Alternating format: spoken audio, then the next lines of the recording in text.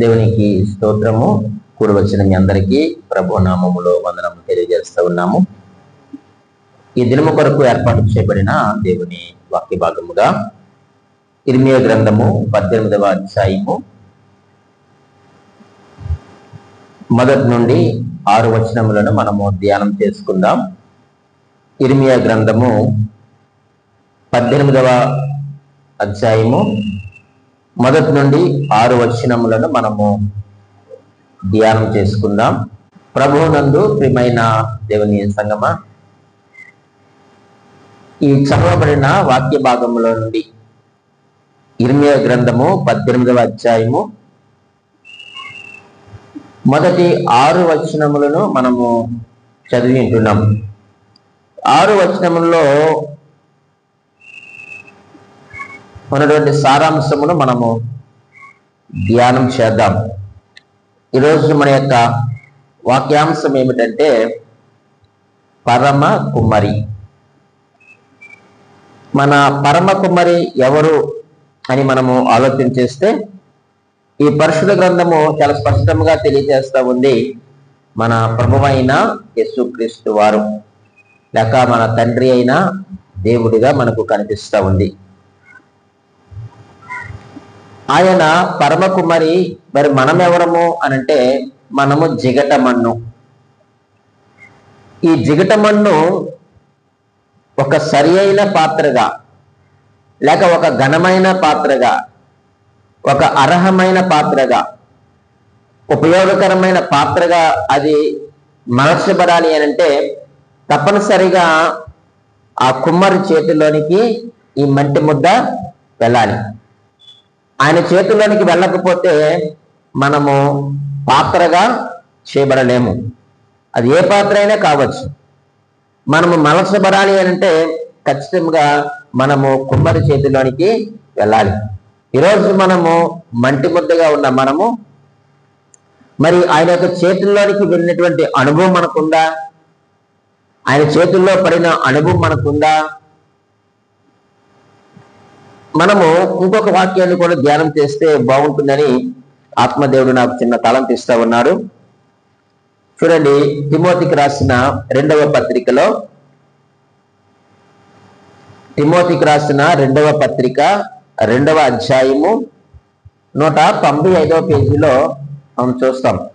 తిమోతికి రాసిన 2వ పత్రిక 2వ అధ్యాయము చూడండి, 21 వచనాలు మనం చదువుకుందాం. గొప్ప ఇంటిలో వెండి పాత్రలను బంగారు పాత్రలను మాత్రమే కాక కర్రవియు మంటివియు కూడా ఉండును. వాటిలో కొన్ని ఘనతకును కొన్ని ఘనహీనతకును ఉపయోగింపబడును. చాలండి. అంటే ఒక ఇంటిలో చాలా రకాలైనటువంటి పాత్రలు ఉంటాయి కదండి.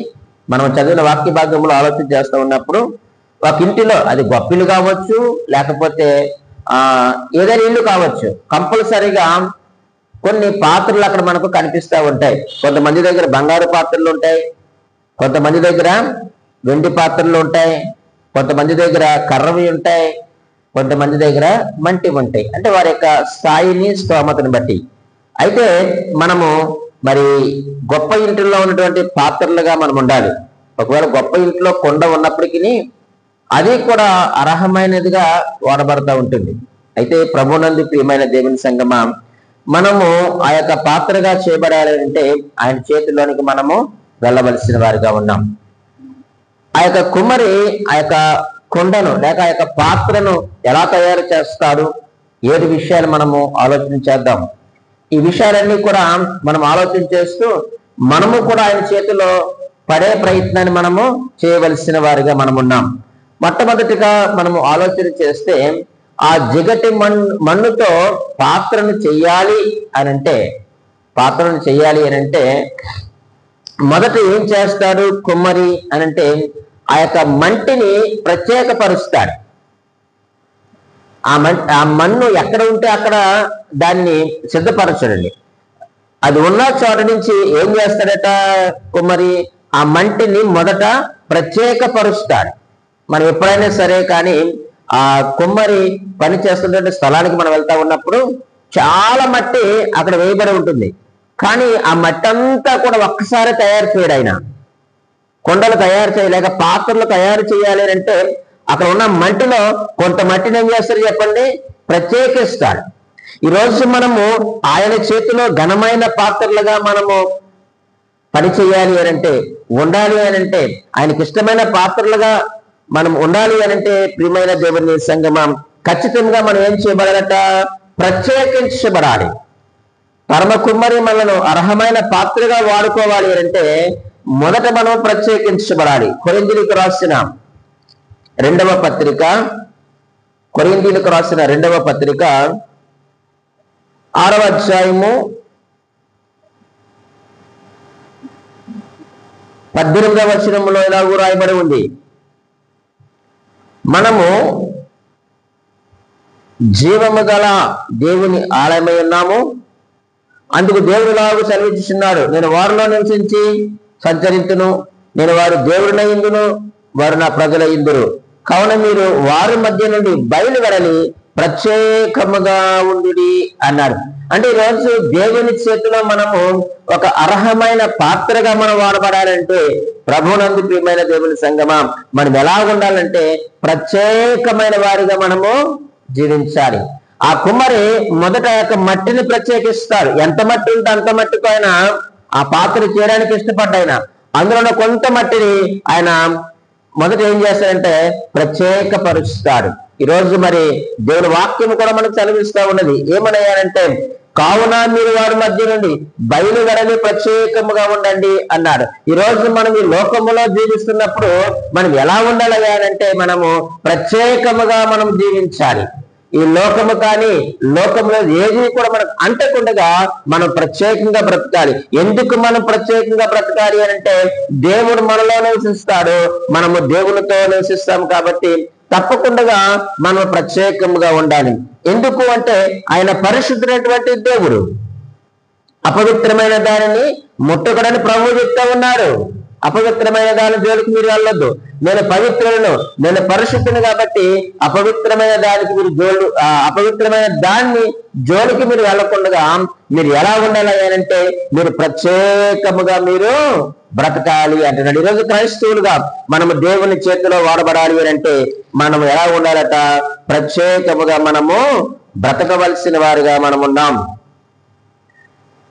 చూడండి, రోమీయులకు రాసిన పత్రిక 1వ అధ్యాయము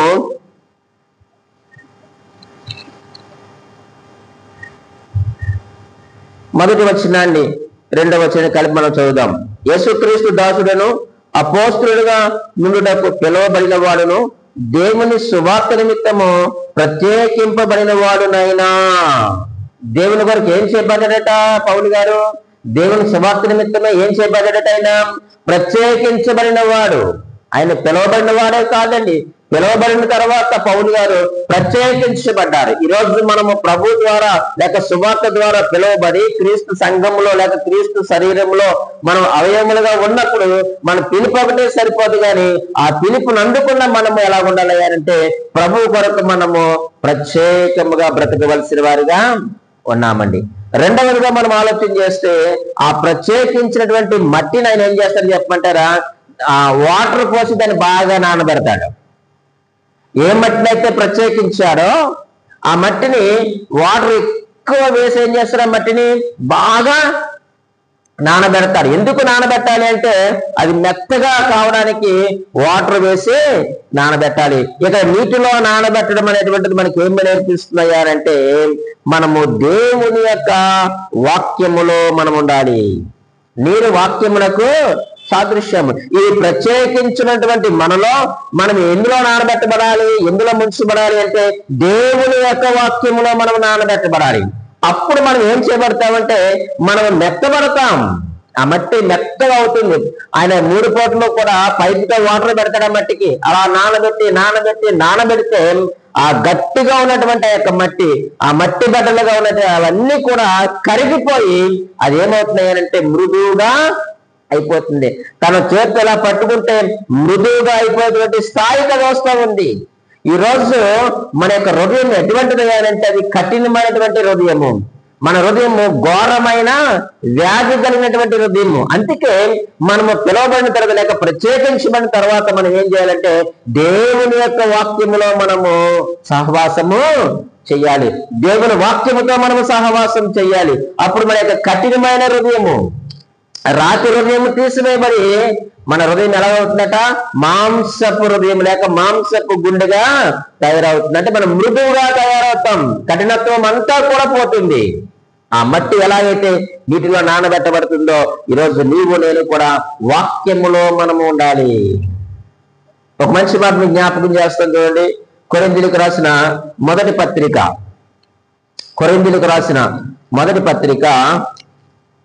7వ అధ్యాయము 24వ వచనములో ఈ మంచి మాటను మనం చూస్తాం. 7వ అధ్యాయం 24వ వచనం, మొదటి కొరింథీయులకు రాసిన పత్రిక. సహోదరులారా, ప్రతి మనుషుడును ఏ స్థితిలో పిలువబడినో ఆ స్థితిలోనే దేవునితో సహవాసం కలిగి ఉండవలెను అన్నాడు. ఈరోజు నీ సహవాసం ఎవరితోనో? నిన్ను పిలిచిన నీ దేవునితోనేనా? నీ కొరకు రక్తము చిందించిన నీ దేవుని కొరకు ఆ దేవునితో సహవాసం చేస్తున్నావా? నీ కొరకు ప్రాణం పెట్టిన దేవునితో సహవాసం చేస్తున్నావా? నీ కొరకు తిరిగి లేచిన దేవునితో సహవాసం చేస్తున్నావా? నీ కొరకు తిరిగి రానైనటువంటి దేవునితో సహవాసం చేస్తున్నావా? ఈరోజు నీ సహవాసం ఎవరితో నువ్వు ఆలోచన చేయవలసిన అవసరత ఉంది. నువ్వు వాక్యముతో లేక దేవునితో సహవాసం చేయబడితే నీవు మృదు స్వభావము కలిగి ఉంటాం. ఈరోజు మన యొక్క సహవాసాలు చాలా విచిత్రంగా ఉంటాయండి. దేవుని సేవకుడితోనూ సహవాసం ఉంటుంది, అంటే దేవుని వాక్యంతోనూ సహవాసం ఉంటుంది, అలాగే చిరగ పంచాంగంతోనూ కూడా సహవాసం ఉంటుంది కదండి. దేవునితోనూ సహవాసం ఉంటుంది, అలాగే పంచాంగంతోనూ కూడా ఏముంటుంది చెప్పండి? సహవాసాలు చేస్తున్నారు. ఈరోజు నువ్వు ఇంట్లోకి ప్రవేశించాలి అంటే ఎక్కడికో వెళ్తా ఉన్నారు. పిల్లలకు పెళ్లి చేయాలి అంటే ఎక్కడికో వెళుతున్నారు. ఎంత దౌర్భాగ్యం అండి! ఆ చిలక ఏం చెప్తుందండి నీ భవిష్యత్తు కోసం? ఆ పంచాంగం ఏం చెప్తుందండి భవిష్యత్తు కోసం? మన భవిష్యత్తు అంతా కూడా ఇందులో రాయబడి ఉంది, ఇందులో దాచబడి ఉంది. నువ్వు దేవునితో సహవాసం, వాక్యముతో సహవాసం చేయగలిగితే నీకు ఏది అవసరమో దేవుడు నీకు ఖచ్చితంగా సహాయం చేస్తారు. కానీ ఈరోజు మనము దేవుని సహవాసాన్ని విడిచిపెడుతున్నాం, వాక్య సహవాసాన్ని మనం విడిచిపెడుతున్నాం, సంఘ సహవాసాన్ని మనం విడిచిపెట్టి ఎక్కడెక్కడికో వెళ్ళి వారితో మనము సహవాసం చేస్తా ఉన్నాం. అలా కాదు ప్రియమైన దేవుని సంగమా, ఈరోజు నీవు నేను కూడా వాక్యముతో సహవాసము కలిగి ఉండాలి. మొదటిది ప్రత్యేకించబడాలి, రెండవదిగా నీటిలో ఆ మట్టి ఏం చేయబడాలి? నానబెట్టబడాలి. అంటే మనము దేవుని యొక్క వాక్యములో మనము నానబెట్టబడాలి.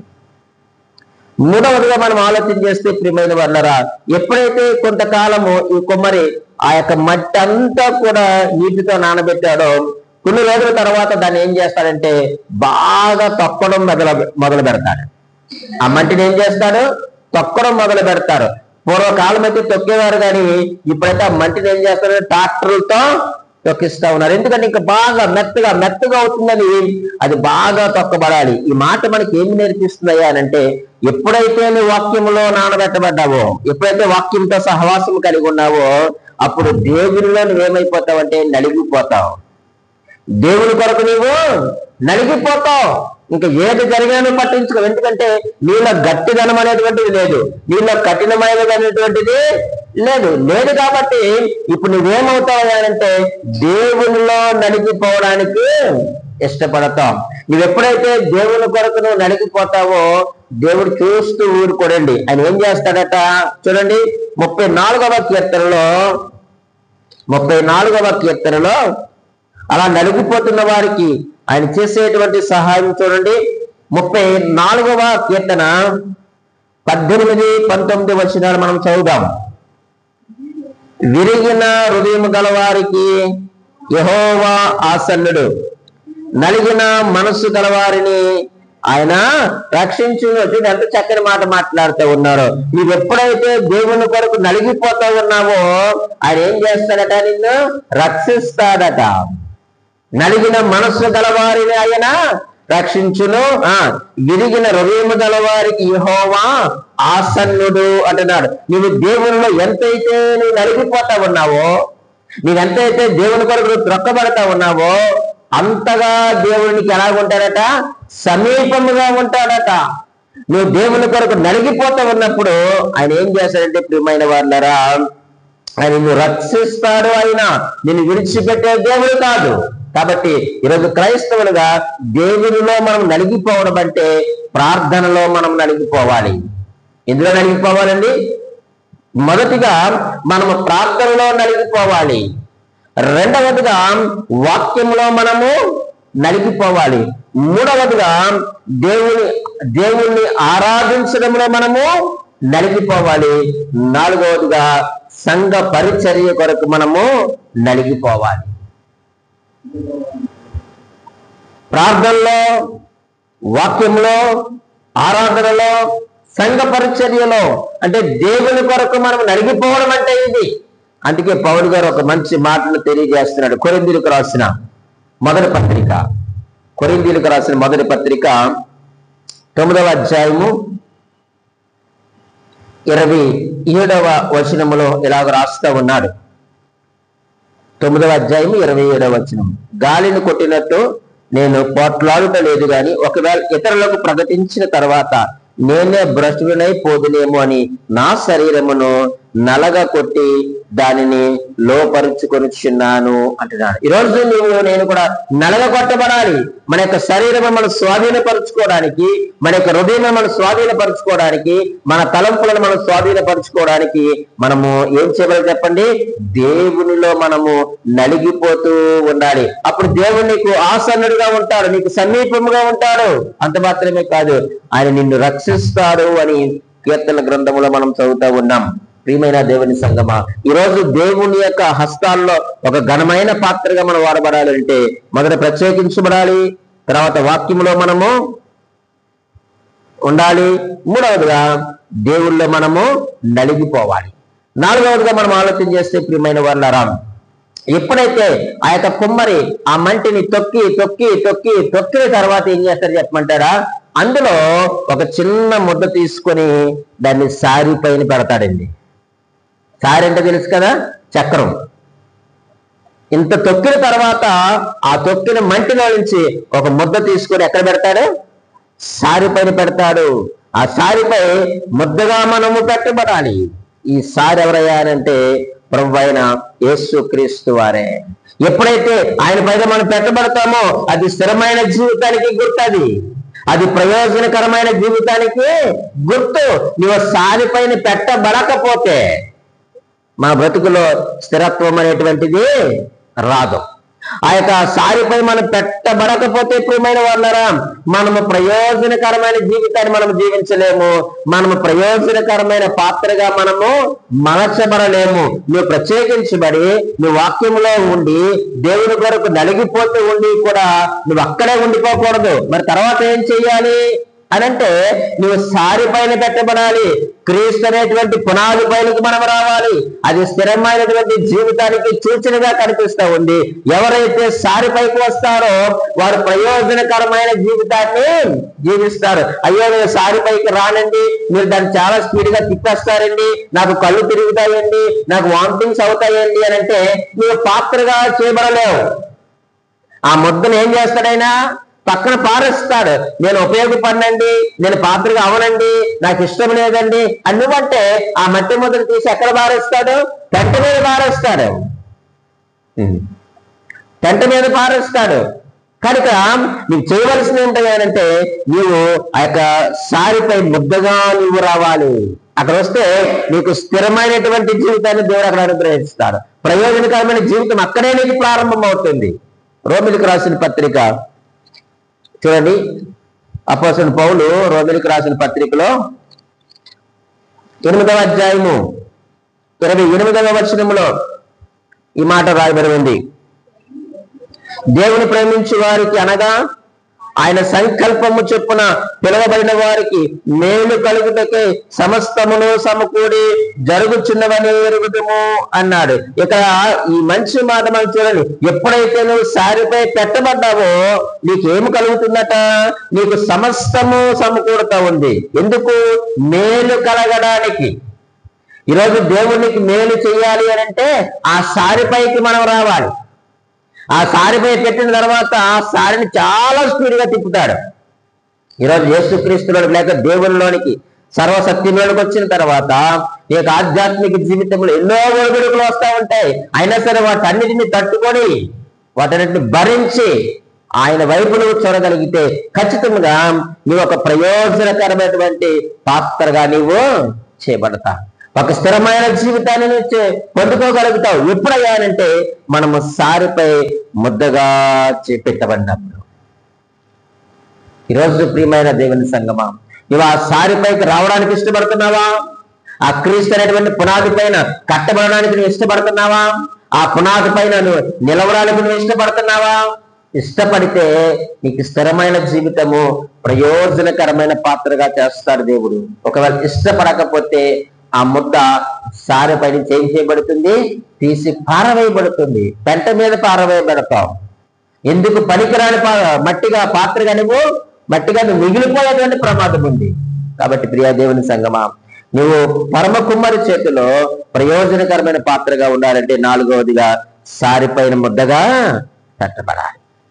5వదిగా మనము ఆలోచన చేసినట్లయితే 5వదిగా ఆ సారిపై పెట్టినటువంటి ఒక ముద్దను ఆ కుమ్మరి ఏం చేస్తాడు అని మనం ఆలోచన చేస్తా ఉన్నప్పుడు ఆ ముద్ద కుమ్మరి చేతిలో పాత్రగా మలచబడుతుంది కదండి.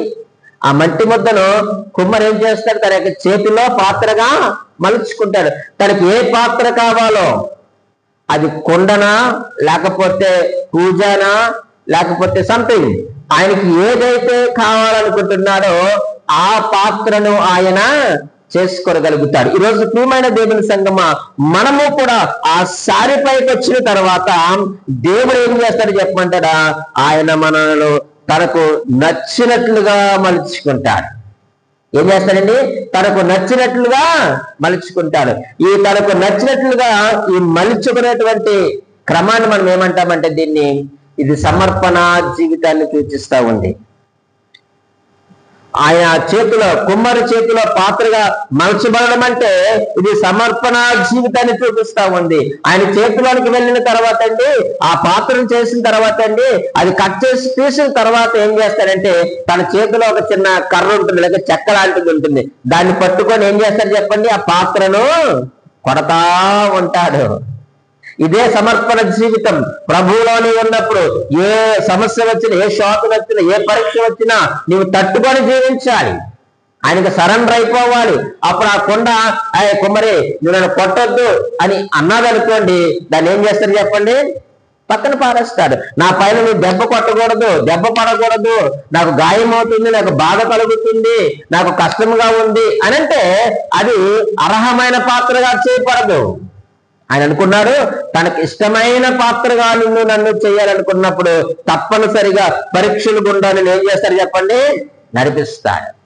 పరీక్షలు గుండా నేను నడిపిస్తాడు, నేను పరీక్షిస్తూ ఉంటాడు, ఆయనే అనుమతిస్తూ ఉంటాడు. అనుమతించినప్పుడు నీవు సమర్పణ జీవితం కలిగి ఉంటే కనుక ఒక అద్భుతమైనటువంటి ప్రయోజనకరమైనటువంటి పాత్రగా ఆయన నిన్ను చేసుకుంటాడు. ఆయన గొప్ప ఇంటిలో మనం వాడబడతాం. అంతేగాని ప్రభువా నాకొద్దు బాబు, నేను ఓర్చుకోలేను, తట్టుకోలేను అంటే అది సమర్పణ జీవితము కాదు. చూడండి, హెబ్రీయులకు రాసిన పత్రిక 12వ అధ్యాయము 5వ వచనాన్ని మనం చదువుకుందాం. 12వ అధ్యాయము హెబ్రీయులకు రాసిన పత్రిక 12వ అధ్యాయం 5వ వచనం ఇలా రాయబడి ఉంది. నా కుమారుడా, ప్రభువు చేయు శిక్షను తృణీకరించకము, ఆయన్ని గద్దించినప్పుడు విసుకకుము. ప్రభువు తాను ప్రేమించు వారిని శిక్షించి తాను స్వీకరించు ప్రతి కుమారుని దండించును. చూసారా, ఆయన చేతిలో పాత్రగాను మలచబడాలి అని అంటే ఆయన ఏం చేస్తాడంటే కొన్ని మార్లు నిన్ను శిక్షిస్తాడు, నిన్ను గద్దిస్తాడు. ఆయన గద్దింపును నువ్వు తృణీకరించొద్దు, ఆయన యొక్క శిక్షను నువ్వు తృణీకరించొద్దు, దాన్ని స్వీకరించు. ఆయన ఎవరినైతే తనకు కుమారుడిగా కుమార్తెగా చేసుకోవాలనుకుంటున్నాడో ఎవరినైతే తనకు నచ్చినట్లుగా మలుచుకోవాలనుకుంటున్నాడో, ఎవరినైతే తనకిష్టమైన పాత్రగా చేయాలి అని అనుకుంటున్నాడో, ఆయన తప్పనిసరిగా మనల్ని ఏం చేస్తాడంటే ఆయన శిక్షిస్తాడు. కొన్ని మారులు ఆయన మనలను గద్దిస్తాడు. ఎందుకో తెలుసా? ఆయనకి ఇష్టడుగా చేసుకోవడానికి, ఆయన స్వీకరించడానికి మనం చేస్తా ఉన్నాడు. ఒకవేళ నీవు కానీ నేను కానీ ఆయన చేసినటువంటి గద్దింపుల లెక్క శిక్షను మనం తృణీకరిస్తే మనం ఎందుకు పనికిరాని నిరుపయోగమైన మట్టి పాత్రగా మనం మిగిలిపోయేటువంటి ప్రమాదం ఉంది. కాబట్టి ప్రభు నందు ప్రియమైన దేవుని సంగమా, కుమ్మరి చేతులను పాత్రగా మలచబడాలి అంటే నీవు సమర్పణ జీవితంలోనికి నీవు రావాలి. అదే దేవుడి కోరికలు, ప్రభు కొరకు సమర్పించుకోవాలి. ఆ సమర్పణ జీవితంలోనికి రావడానికి దేవుడు నిన్ను అనేక మార్లు గద్దిస్తూ ఉంటాడు, నిన్ను హెచ్చరిస్తూ ఉంటాడు, నిన్ను శిక్షిస్తూ ఉంటాడు. ఇవన్నీ చేస్తూనే ఆ యొక్క సమర్పణ జీవితంలోనికి నిన్ను నడిపిస్తాడు. అలాగే కుమ్మరి కూడా ప్రియమైన వారులారా, ఆ పాత్రగా మలచడానికి సారిపరించి తీసిన తర్వాత దాన్ని ఆ యొక్క చెక్కతో కర్రతో కొట్టి కొట్టి కొట్టి కొట్టి కొట్టి ఒకవేళ మధ్యలో ఏమైనా చిన్న చిన్న గులకరాళ్ళు ఉంటే వాటిని తీసి మళ్ళా దాని దగ్గర గట్టిగా ఒక దెబ్బ కొడతాడు, అదంతా కూడా పూడ్చడానికి. ఒకవేళ ఏదైనా దారం, గడ్డి, ఏదైనా వ్యర్థమైనది ఉన్నదంటే దాన్ని తీయడానికి ఆయన కొట్టవలసి వస్తుంది. అలా కొట్టినప్పుడు అయ్యో నన్ను కొట్టొద్దు కుమ్మరి అని అంటే ఆయన పక్కన పారేసే ప్రమాదం ఉంది. లేదు, నువ్వు నన్ను ఇంకా గద్దించు, నువ్వు ఇంకా నన్ను శిక్షించు, నన్ను ఇంకా సరిచేయి, నీకు ఇష్టమైన పాత్రగా నేను అవుతానయ్యా, గొప్ప ఇంట్లో నేను ఘనమైన అర్హమైన పాత్రగా నేను వాడబడతానయ్యా అని నువ్వు సమర్పించుకోగలిగితే ఒక అందమైనటువంటి పాత్రగా ఆయన చేయగలుగుతాడు. అందమైన పాత్రగా చేసిన తర్వాత ఆరవదిగా మనం ఆలోచన చేస్తే ప్రియమైన వారులారా, ఈ చేసినటువంటి ఆ యొక్క పాత్ర లేక కుండని ఏం చేస్తారండి, ఈసారి కమ్మరు ఏం చేస్తారు చెప్పండి, దాన్ని అగ్నిలో కాలుస్తాడు.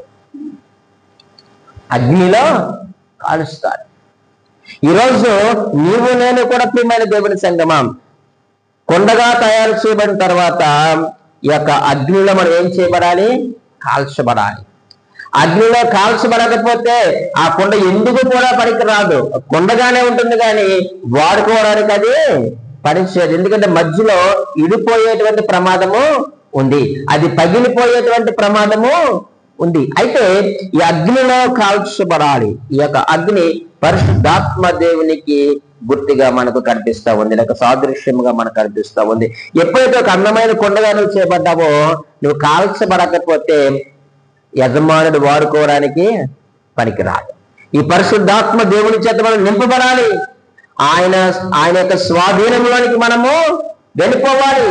ఆయన చిత్తమే మన యొక్క జీవితాల్లో, మన యొక్క హృదయాల్లో జరగాలి, కానీ మన యొక్క ఆలోచనలు, మన యొక్క చిత్తము కానే కాదు ప్రియమైన దేవుని సంగమా. కాబట్టి ఈరోజు ఆ యొక్క అగ్నిలో మనము కాల్చబడాలి. నువ్వు అడగచ్చు, అయ్యా నేను అగ్నిలో కాల్చబడకూడదయ్యా, నేను అగ్నిలో కాల్చబడకూడదు, నేను కాల్చబడినయ్యా, నన్ను తీసే బయటికనంటే మనము యజమానుడు వాడుకోవడానికి ఉపయోగకరమైన పాత్రలుగా మనము ఉండలేమని దేవుని వాక్యం తెలియజేస్తూ ఉంది. కొరింథీయులకు రాసిన మొదటి పత్రిక 10వ అధ్యాయము 13వ వచనంలో ఈ మాట రాయబడి ఉంది. 13వ వచనము, సాధారణముగా మనుషులకు కలుగు శోధన తప్ప మరి ఏది మీకు సంభవింపలేదు.